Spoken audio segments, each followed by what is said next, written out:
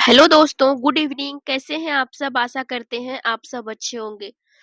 तो दोस्तों, जैसा कि आप सब जानते हैं कि हम सब पढ़ रहे हैं एनसीईआरटी जियोग्राफी क्लास 12 मानव भूगोल के मूल सिद्धांत। मानव भूगोल के मूल सिद्धांत, यह जो पाठ्य पुस्तक है क्लास 12 की पाठ्य पुस्तक है। तो जिसके अंतर्गत हम देखेंगे चैप्टर नंबर 6। चैप्टर नंबर 6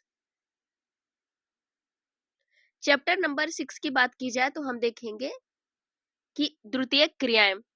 द्वितीयक क्रियाएं का ऑलरेडी हम पहला पार्ट कंप्लीट कर चुके हैं। तो जिसमें से हमने देखा था इंफ्रास्ट्रक्चर, और उसके बाद इंडस्ट्री के बारे में देखा था। उसमें कुछ जो इसके मुख्य आवश्यकताएं होती है इंडस्ट्री के लिए, इंफ्रास्ट्रक्चर के लिए, तो इस तरीके से हमने उसके पहले पार्ट में देखा है। तो आज हम देखेंगे सेकंड पार्ट में। तो क्या पढ़ेंगे हम सेकंड पार्ट में? चलिए शुरू करते हैं। तो आज सबसे पहले हम देखते हैं जो सबसे पहले जो टॉपिक है कि उत्पादन आधारित उद्योग। तो आपने कुछ मशीनें एवं औजार देखे होंगे जिनके निर्माण में लौह इस्पात का प्रयोग कच्चे माल के रूप में किया जाता है। तो लौह इस्पात स्वयं में एक उद्योग है। वे उद्योग जिनके उत्पाद को अन्य वस्तुएं बनाने के लिए कच्चे माल के रूप में प्रयोग में लाया जाता है, उन्हें हम आधारभूत उद्योग कहते हैं। तो यह हमारा जो हो गया आधारभूत उद्योग हो गया। अब हम आगे देखते हैं उपभोक्ता वस्तु उद्योग के ऐसे सामान का उत्पादन करते हैं जो प्रत्यक्ष रूप में उपभोक्ता द्वारा उपभोग कर लिया जाता है। उदाहरण के तौर पर रोटी, ब्रेड एवं बिस्किट, चाय, साबुन, लिखने के लिए कागज, टेलीविजन एवं श्रृंगार सामान इत्यादि का उत्पादन करने के लिए उद्योगों को उपभोक्ता माल बनाने वाले अथवा गैर आधारभूत उद्योग कहा जाता है। इन सब चीजों के लिए हम गैर आधारभूत उद्योग इसको कहते हैं। अब आगे देखते हैं कि स्वामित्व के आधार पर उद्योग। स्वामित्व के आधार पर उद्योग, तो देखते हैं कि सार्वजनिक क्षेत्र के उद्योग सरकार के अधीन होते हैं। जो सार्वजनिक क्षेत्र के उद्योग होते हैं वह सरकार के अधीन होते हैं। तो भारत में बहुत से उद्योग सार्वजनिक क्षेत्र के अधीन होते हैं। समाजवादी देशों में भी अनेक उद्योग सरकारी स्वामित्व वाले होते हैं। मिश्रित अर्थव्यवस्था में निजी एवं सार्वजनिक दोनों प्रकार के उद्यम पाए जाते हैं। जो मिश्रित अर्थव्यवस्था होती है उसमें निजी यानी प्राइवेट और गवर्नमेंट जो दोनों प्रकार के उद्यम पाए जाते हैं, कारखाने। दूसरा पॉइंट देखते हैं कि निजी क्षेत्र के उद्योगों का स्वामित्व व्यक्तिगत निवेशकों के पास होता है। जो निजी क्षेत्र के उद्योगों का स्वामित्व होता है, रख रखाव जो होता है उनका जो व्यक्तिगत होता है वह निवेशकों के पास होता है, जो अपना व्यक्तिगत होता है। तो ये निजी संगठनों द्वारा संचालित होते हैं। पूंजीवादी देशों में अधिकतर उद्योग निजी क्षेत्र में ही है। जहां पर पूंजीवादी देश है, जहां पे पूंजीवादी अर्थव्यवस्था है, वहां पे जो अधिकतर जो चीजें होती है वह प्राइवेटाइजेशन के थ्रू होती है और प्राइवेट लोगों के द्वारा होती है। और संयुक्त क्षेत्र के उद्योग का संचालन संयुक्त कंपनी के द्वारा या किसी निजी एवं सार्वजनिक क्षेत्र की कंपनी के संयुक्त प्रयासों द्वारा किया जाता है। क्या आप इस प्रकार के उद्योगों की सूची बना सकते हैं? कुछ अगर आपके माइंड में हो तो आप कमेंट बॉक्स के जरिए जरूर बताएं। अब आगे देखते हैं हम परंपरागत बड़े पैमाने वाले औद्योगिक प्रदेश। परंपरागत बड़े पैमाने वाले औद्योगिक प्रदेश, यह भारी उद्योग के क्षेत्र होते हैं जिनमें कोयला खदानों के समीप स्थित धातु पिघलाने वाले उद्योग, भारी इंजीनियरिंग, रसायन निर्माण, वस्त्र उत्पादन इत्यादि का कार्य किया जाता है। तो परंपरागत जो है बड़े पैमाने वाले ये उद्योग होते हैं। इन्हें धुएं की चिमनी वाला उद्योग भी कहते हैं। परंपरागत औद्योगिक प्रदेशों के निम्न पहचान बिंदु है। किस तरीके से हम उनको पहचान सकते हैं? देखिए, सबसे पहली बात है कि निर्माण उद्योगों में रोजगार का अनुपात ऊंचा होता है। दूसरी बात होता है उच्च गृह घनत्व, जिसमें घर घटिया प्रकार के होते हैं एवं सेवाएं अपर्याप्त होती हैं।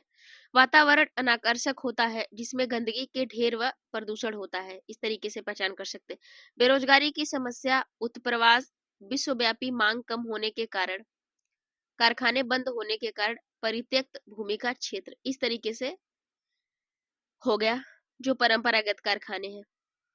अब जर्मनी का रूहर कोयला क्षेत्र, यहाँ पर एक जर्मनी का रूहर कोयला क्षेत्र, इसको आप जो मैप में है, मैप में जरूर देख लीजिएगा। जर्मनी का रूहर कोयला क्षेत्र, यह लंबे समय से यूरोप का प्रमुख औद्योगिक प्रदेश रहा है। कोयला, लोहा एवं इस्पात यहाँ अर्थव्यवस्था का प्रमुख आधार रहा है, पर कोयले की मांग में कमी आने के कारण उद्योग संकुचित होने लगा। यहाँ लौह अयस्क समाप्त होने पर भी जल मार्ग से आयातित अयस्क का प्रयोग करके उद्योग कार्यशील रहा है। जर्मनी के इस्पात उत्पादन का 80% रूहर से प्राप्त होता है। औद्योगिक ढांचे में परिवर्तन के कारण कुछ क्षेत्रों के उत्पादन में गिरावट आई है एवं प्रदूषण का औद्योगिक अपशिष्ट की समस्या भी होने लगी है। इस तरीके से देख सकते हैं,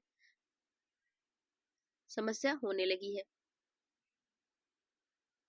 अब रूहर के भविष्य की संपन्नता कोयले व इस्पात के बजाय नए उद्योग जैसे ओपेल कार बनाने का विशाल कारखाना, नए रासायनिक संयंत्र, विश्वविद्यालय इत्यादि पर आधारित है। यहाँ खरीदारी के बड़े बड़े बाजार बन गए हैं, जिससे एक नया रूहर भूदृश्य विकसित हो रहा है। एक नया रूहर भूदृश्य विकसित हो रहा है। अब आगे देखते हैं, उच्च प्रौद्योगिकी उद्योग की संकल्पना। तो निर्माण प्रक्रियाओं में उच्च प्रौद्योगिकी नवीनतम पीढ़ी है। इसमें उन्नत वैज्ञानिक एवं इंजीनियरिंग उत्पादों का निर्माण गहन शोध एवं विकास के प्रयोग द्वारा किया जाता है। संपूर्ण श्रमिक शक्ति का अधिकतर भाग व्यवसायिक यानी सफेद कॉलर श्रमिकों का होता है। ये उच्च दक्ष एवं विशिष्ट व्यवसायिक श्रमिक वास्तविक उत्पादन यानी नीला कॉलर श्रमिकों से संख्या में अधिक होते हैं। जो सफेद कॉलर वाले जो श्रमिक होते हैं, वह जो है कि नीले कॉलर वाले यानी कि वास्तविक जो व्यवसायिक श्रमिक होते हैं, उनसे संख्या में अधिक होते हैं। उच्च प्रौद्योगिकी उद्योग में यंत्र मानव, कंप्यूटर आधारित डिजाइन कैड तथा निर्माण यानी धातु पिघलाने एवं शोधन के इलेक्ट्रॉनिक नियंत्रण एवं नए रासायनिक व औषधि उत्पाद प्रमुख स्थान रखते हैं। तो इन सब क्षेत्रों में यह अपना प्रमुख स्थान रखते हैं।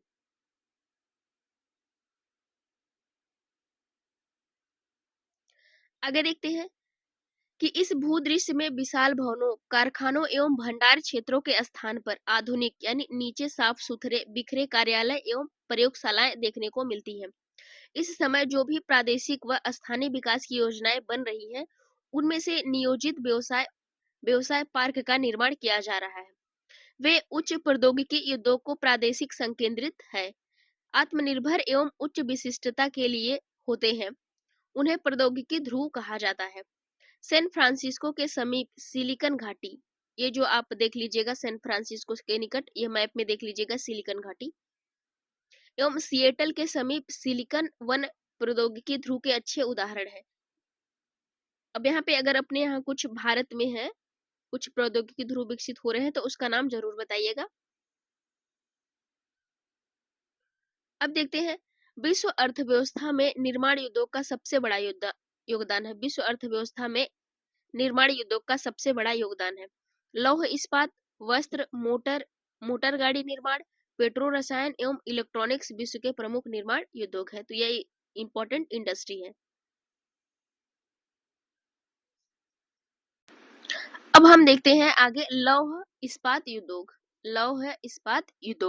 तो लौह इस्पात उद्योग सभी उद्योगों का आधार है, इसीलिए इसे आधारभूत उद्योग भी कहा जाता है।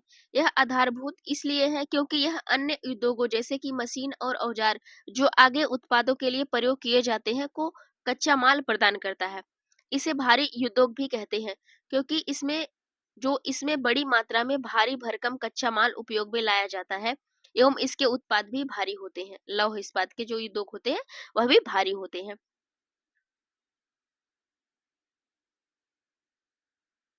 अब देखिए, लोहा निकालने के लिए लौह अयस्क को झोंका यानी भट्टियों में कार्बन, कोक एवं चूना पत्थर के साथ प्रगलन किया जाता है। पिघला हुआ लौह बाहर निकलकर जब ठंडा हो जाता है तो उसे कच्चा लोहा कहते हैं। इसी कच्चे लोहे में मैग्नीज मिलाकर इस्पात बनाया जाता है। इसी को हम लौह इस्पात कहते हैं। परंपरागत रूप से बड़े इस्पात उद्योग की स्थिति कच्चे माल के स्रोत के समीप ही रही है, जहां लौह अयस्क, कोयला, मैग्नीज एवं चूना पत्थर आसानी से उपलब्ध हो जाता हो, या यह ऐसे स्थान पर भी अवस्थित हो सकता है जहां कच्चा माल आसानी से पहुंचाया जा सके, जैसे पत्तन के समीप, परंतु छोटे इस्पात कारखाने जिनका निर्माण और प्रचालन कम महंगा है की अवस्थिति के लिए कच्चे माल की अपेक्षा बाजार का समीप होना अधिक महत्वपूर्ण होता है। क्यों होता है अधिक महत्वपूर्ण, इसको देखते हैं।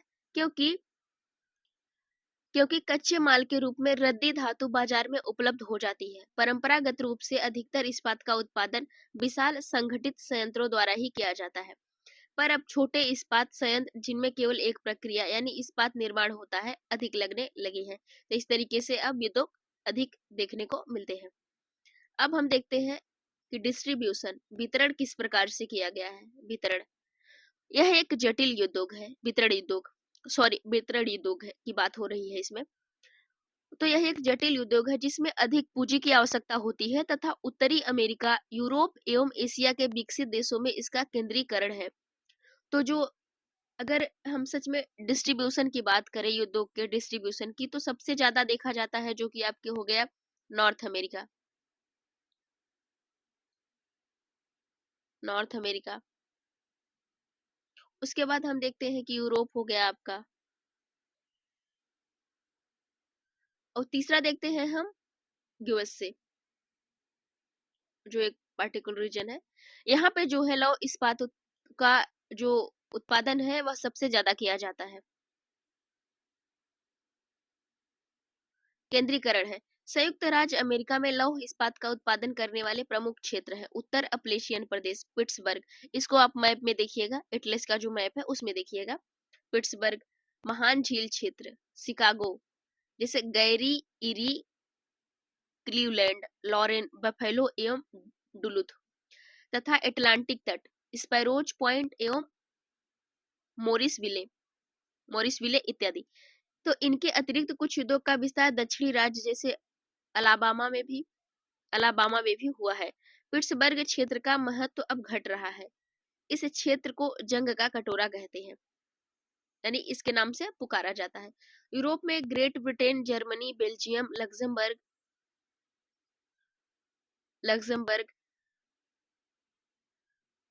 लग्जमबर्ग, नीदरलैंड एवं सोवियत रूस इसके मुख्य उत्पादक है। ग्रेट ब्रिटेन में बर्मिंघम। तो आपको जैसा पता होगा कि जो नॉर्थ अमेरिका की जो 5 प्रमुख जो झीलें हैं, 5 प्रमुख झीलें जो है, मुख्य झीलें, तो उनका नाम आप जो है कि कमेंट बॉक्स में बताइएगा सीक्वेंस के थ्रू, जैसे नॉर्थ टू साउथ या फिर क्षेत्रफल के आधार पर जरूर बताइएगा कमेंट में कौन सी वो झीलें हैं जो महान झीलें हैं, प्रमुख 5।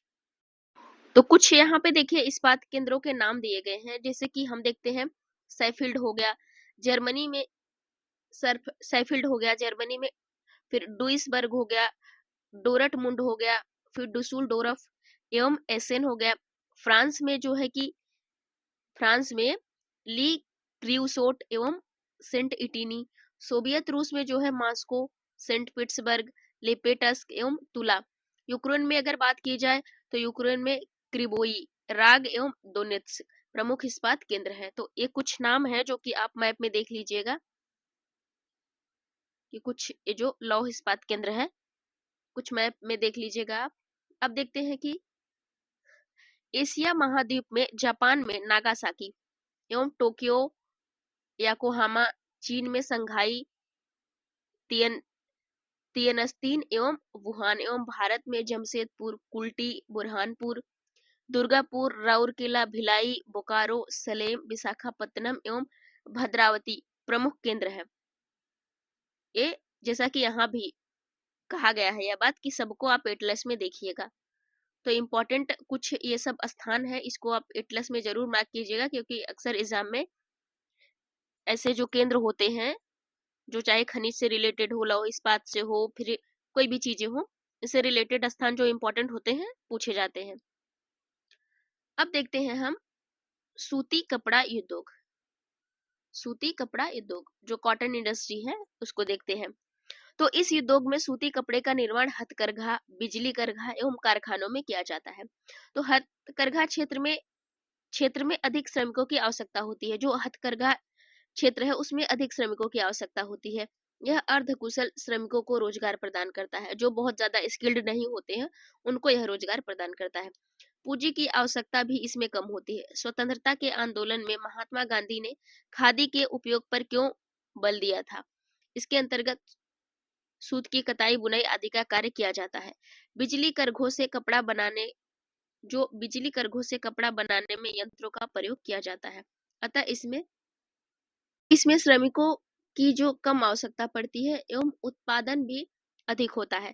कारखानों में कपड़ा बनाने के लिए अधिक पूंजी की आवश्यकता होती है, परंतु इसमें अच्छे प्रकार के कपड़े का बहुत अधिक मात्रा में उत्पादन किया जाता है। सूती वस्त्र निर्माण के लिए कच्चे माल के रूप में अच्छी किस्म के कपास चाहिए। विश्व के 50% से अधिक कपास का उत्पादन भारत, चीन, संयुक्त राज्य अमेरिका, पाकिस्तान, उज्बेकिस्तान एवं मिस्र में किया जाता है। जो 50% जो आपका कपास है वह इसका उत्पादन जो है कि इंडिया, चाइना, यूएसए और पाकिस्तान, उज्बेकिस्तान एवं मिस्र में किया जाता है। ग्रेट ब्रिटेन उत्तरी पश्चिमी यूरोप के देश एवं जापान में भी आयातित धागे से सूती कपड़े का उत्पादन आयात करते हैं। उसके बाद उसी धागे से सूती कपड़े का जो है उत्पादन करते हैं।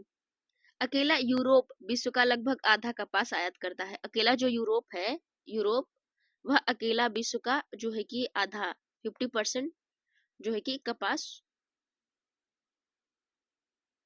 निर्यात करता है। 50% जो कपास है वह निर्यात करता है। तो इस तरीके से देख सकते हैं 50% कपास अकेला यूरोप निर्यात करता है। सॉरी कपास आयात करता है, निर्यात नहीं होगा, यहाँ पे आयात होगा। वर्तमान में इस उद्योग को कृत्रिम रेशे से प्रतिस्पर्धा करनी पड़ रही है, जिसके कारण अनेक देशों में इसमें नकारात्मक प्रवृत्ति देखी जा रही है। वैज्ञानिक प्रगति एवं तकनीकी सुधारों से उद्योगों की संरचना में परिवर्तन होता है। उदाहरण के तौर पर द्वितीय विश्व युद्ध से लेकर 70 के दशक तक जर्मनी ने इस उद्योग में काफी प्रगति की, पर इसके उत्पादन में कमी आ रही है। यह उद्योग उन कम विकसित देशों में स्थानांतरित हो गया है जहां श्रम लागत कम है। वहां स्थानांतरित हो गया है जहां श्रम लागत कम है, जहां पे श्रम लागत कम है। तो यहाँ पे देखिए हमारा यह चैप्टर कंप्लीट होता है। अब यहाँ पे देखिए तो यहाँ पर देखिए कुछ अभ्यास प्रश्न दिए गए हैं जो कि बहुविकल्पी है, इनको हम देख लेते हैं। तो सबसे पहले देखते हैं कि नीचे दिए गए 4 विकल्पों में से सही उत्तर का मतलब सही उत्तर का चयन कीजिए या फिर सही उत्तर चुनिए। तो सबसे पहला है कि निम्नलिखित में से कौन सा कथन असत्य है। अगर हम इसमें देखेंगे तो सबसे असत्य कथन कौन सा होगा? तो पहला देखते हैं हम कि हो जाता है हुगली के सहारे जूट के कारखाने सस्ती जल यातायात की सुविधा के कारण स्थापित हुए। यह बिल्कुल बात सही है।